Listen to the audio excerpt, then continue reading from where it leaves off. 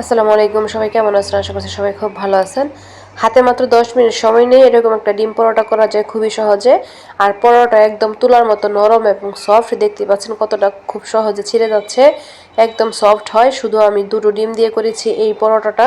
আশা করছি আপনাদের কাছে খুব ভালো লাগবে। এখানে আমি একটা বাটি নিয়ে নিলাম, আর বাটির মধ্যে এখন আমি দুটো ডিম ফেটে নিব।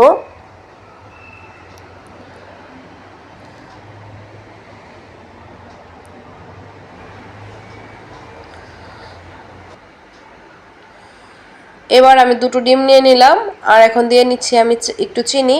এখানে আমি ১.৫ চামচ চিনি দিয়েছি। চিনিটা দিলে পরোটা খেতে মিষ্টি হয়, ভালো লাগে, হালকা মিষ্টি থাকে। স্বাদ মতো লবণটাও দিয়ে নিলাম। এবার আমি ডিমটা ফেটে নিব। এটা মোটামুটি মানে ফেটে নিলেই হবে, খুব বেশি মানে ফ্লাফি করার প্রয়োজন নেই।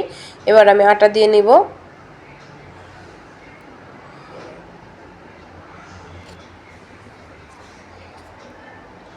এখন এই ডিমের মধ্যে যতটুকু আটা লাগে আমি আটা দিয়ে খুব সুন্দর একটা ডো করে নেব।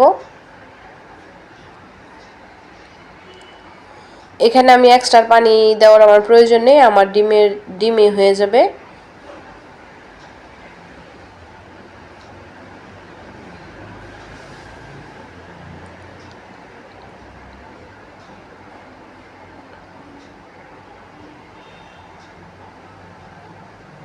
এবার খুব সুন্দর আমি একটা ডো করে নিচ্ছি।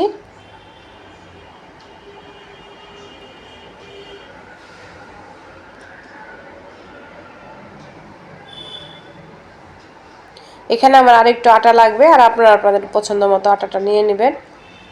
এখানে চাইলে যদি আপনারা বেশি পরোটা করতে চান তাহলে একটু গরম দুধ ইউজ করে তারপরে আরও আটা দিয়ে ব্যবহার করতে পারবেন। এখানে আমি 3টা করে নিলাম, 3টা পরোটা হবে আমার।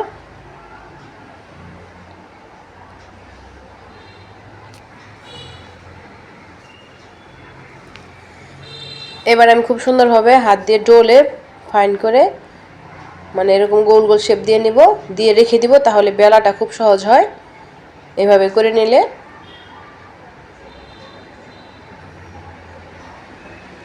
এবার আমি একটু তেল দিয়ে নিব হালকা পাতলা। একটা রুটি আমি বেলে নিয়েছি। এবার তেলটা দিয়ে খুব সুন্দরভাবে মিশিয়ে নিব সম্পূর্ণ রুটির মধ্যে।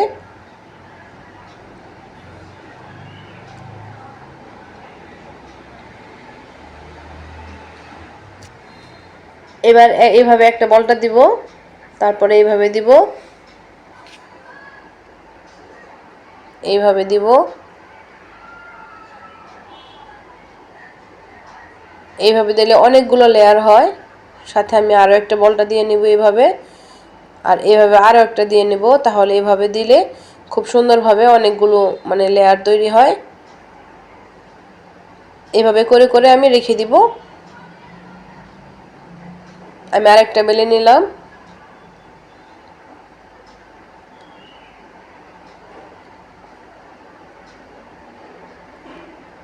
এবার আরেকটার মধ্যে আমি তেল দিয়ে নিলাম।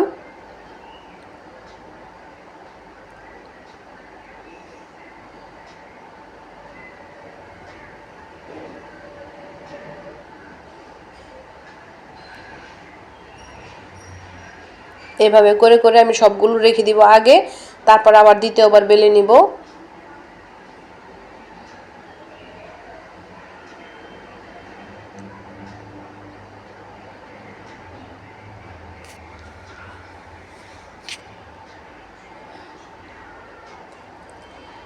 এবার একটা একটা করে আমি সবগুলো রুটি মানে পরোটা বেলে নিব।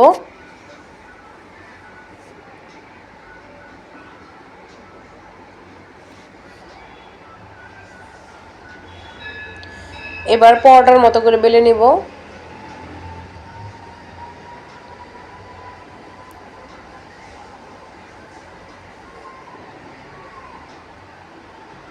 এটা চাইলে আপনারা গোলও করে নিতে পারবেন, আর এইভাবে চারকোনাও করে নিতে পারবেন।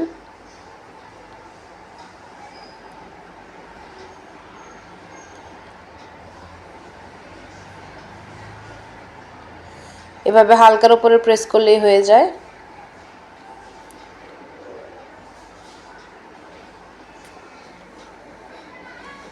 এবার আরেকটা করে নিচ্ছি।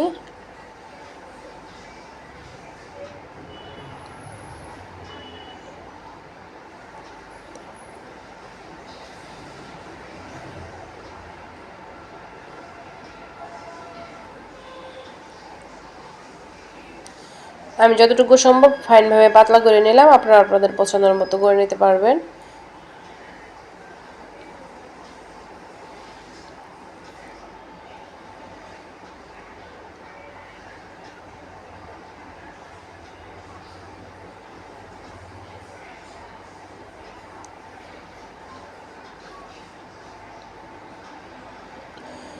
এবার একটা প্যানে তেল দিয়ে নিলাম, তেলটা হালকা গরম করে এখানে আপনারা বাটারও ইউজ করতে পারেন। আমি হালকা গরম করে তারপরে মানে একটা করে পরোটা দিয়ে নিচ্ছি। আমি দ্বিতীয় মানে শেষেরটা আমি গোল করেছিলাম, গোল করে বেলে নিয়েছিলাম। আর এভাবে আমি খুব সুন্দরভাবে পরোটাগুলো ভেজে নেব। এখানে কম তেলও ভাজা যাবে, কিন্তু আমি একটু তেলটা বেশি মানে দিয়েছি, কারণ এখানে যেহেতু ডিম দিয়েছি।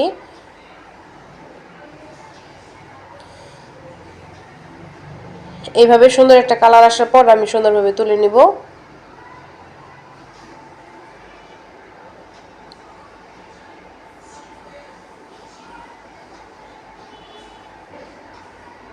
এইভাবে আরেকটা ভেজে মানে একটা ভেজে নিলাম, আরেকটা দিয়ে নিলাম।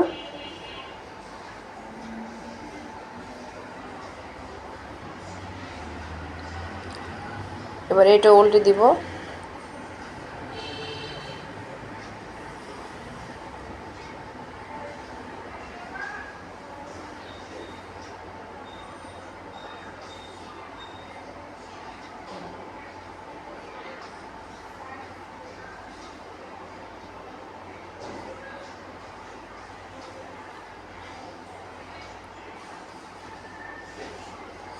এইভাবে প্রত্যেকটা পরোটা আমি সুন্দরভাবে ভেজে নিচ্ছি।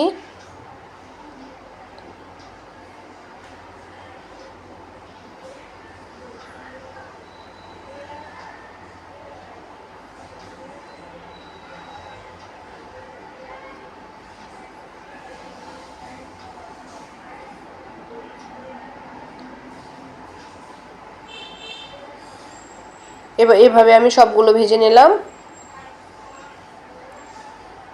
এবার একটা ছিঁড়ে দেখাচ্ছি কতটা নরম এবং সফট হয়েছে। আর খেতে তো ভীষণ মজাই ছিল। যদি ভালো লাগে প্লিজ একটা লাইক দিন। আর যারা নতুন আজকে ভিজিট করতেছেন, চাইলে সাবস্ক্রাইব করে পাশে থাকা বেল আইকন অন করে রাখতে পারেন। আজ এই পর্যন্ত সবাই ভালো থাকবেন। আসসালামু আলাইকুম ওয়া রাহমাতুল্লাহি।